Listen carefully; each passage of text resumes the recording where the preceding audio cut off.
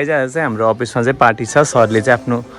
तर्फबाट चाहिँ हामीले पार्टी दिनुभएको छ हामी चाहिँ एकछिन हेरौँ है त यहाँ चाहिँ हाम्रो साथीहरू हुनुहुन्छ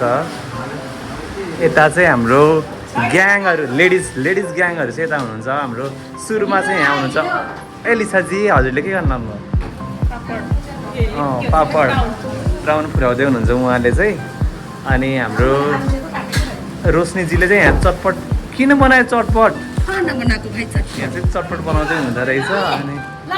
अनि अनि अनि अनि अनि यता चाहिँ उहाँ चाहिँ खाना मात्रै बस्नुभएको छ काम नगरिकन अर्को दिन चाहिँ अर्डर दिएर बस्नुभएको छ यहाँ मेनकाजीले चाहिँ के गरायो त्यो बनाउनु न के अरे दही चिउरा खाऊँ न आज दही चिउरा खान मोलेर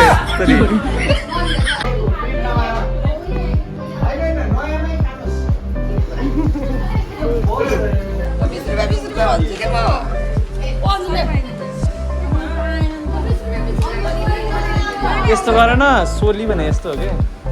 यो मोबाइल देख्नु यस्तो हो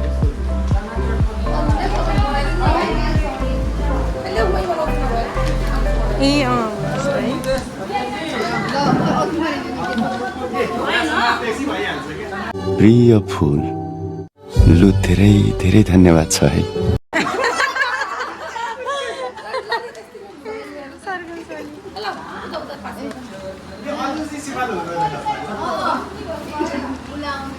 साइड बिजनेस है दिदी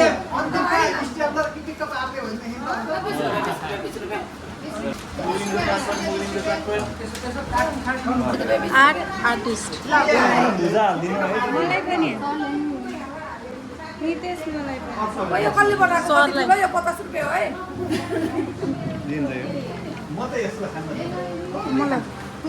अब चाहिँ हामी यहाँ पकाउँदैछौँ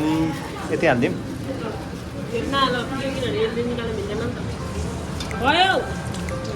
ला डल्लो पऱ्यो नि मैले यस्तो गर्ने बित्तिकै भयो कि है गर्ने बित्तिकै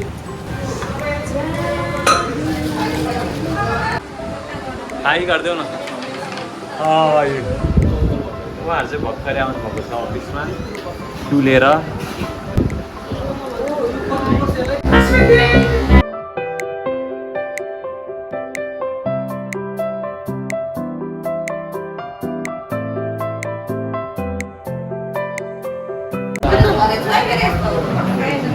जस्तो दिन हाल्छ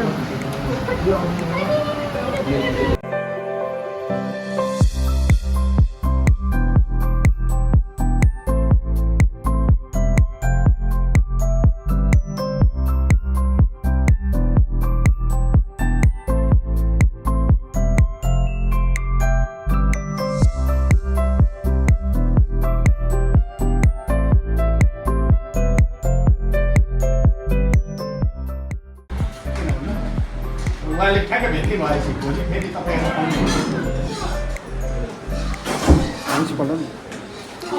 गाडी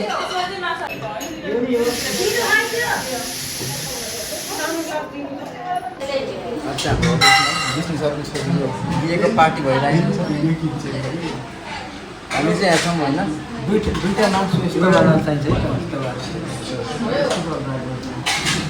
बाँड्ने मान्छे चाहिँ अन्जिता दिदी हो यति निशा बहिनी गरिदिनु के लगन बाटोमा त्यस्तो केही रहेछ हाम्रो अफिसको वातावरण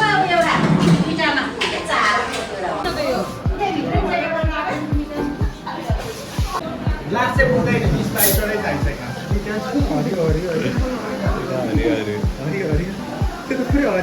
सेम साबुन पाए जस्तै हुन्छ कि यो राख न उतै उहाँले चाहिँ अरूलाई नदिकन आफै मात्रै खाना लाग्छ यत्रो धेरै चाहिँ खानु पर्दैन कि मन्जु यत्रो धेरै खाने हो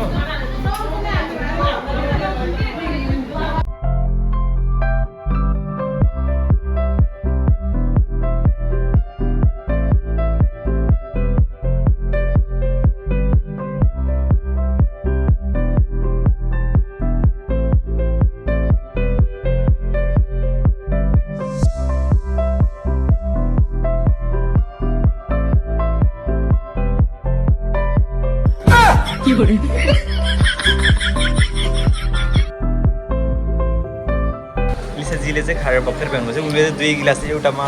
एउटामा स्प्राइट खाएर चाहिँ झनै मोटोजुलाई झनै मोटो बनाइरहेछ नि हो कि होइन कस्तो भयो आजको प्रोग्राम कस्तो ए म त फर्मल भयो हो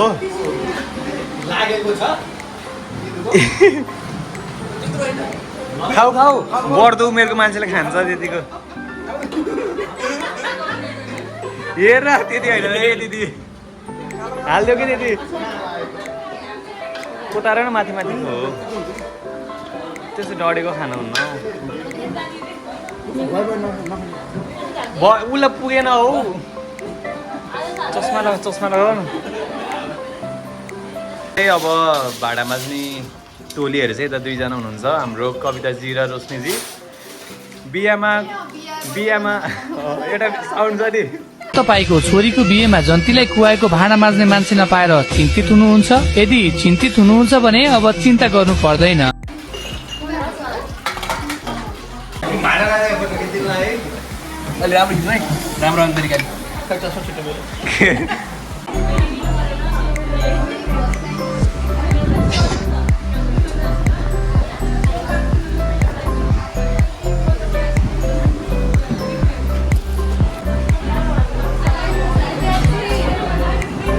टन्न खाएर चाहिँ अब घर जाने क्रममा छौँ तर यहाँ चाहिँ पानी परेर चाहिँ यहाँ मौसमले साथ नदिएको कारणले चाहिँ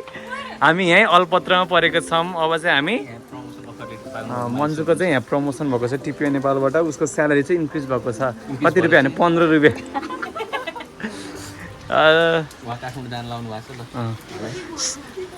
ल ऊ के अरे काठमाडौँको अफिसमा हुन्छ क्या अब त्यही हो गाइज अब चाहिँ हामी भ्लग इन गर्छौँ सो बाई बाई हामी चाहिँ फेरि फर्केर चाहिँ अफिसतिर जाँदैछौँ मेरो स्कुटरै बाहिर राखिदिएर चाहिँ कि यसले पुरै चौरी खर्क भन्दै जाऊँ न गीत गाउँदै जाऊँ न ओइ तामाङ सेलो गाउँदै जाऊँ न भन्छ चौरी खर्क रुकुमैको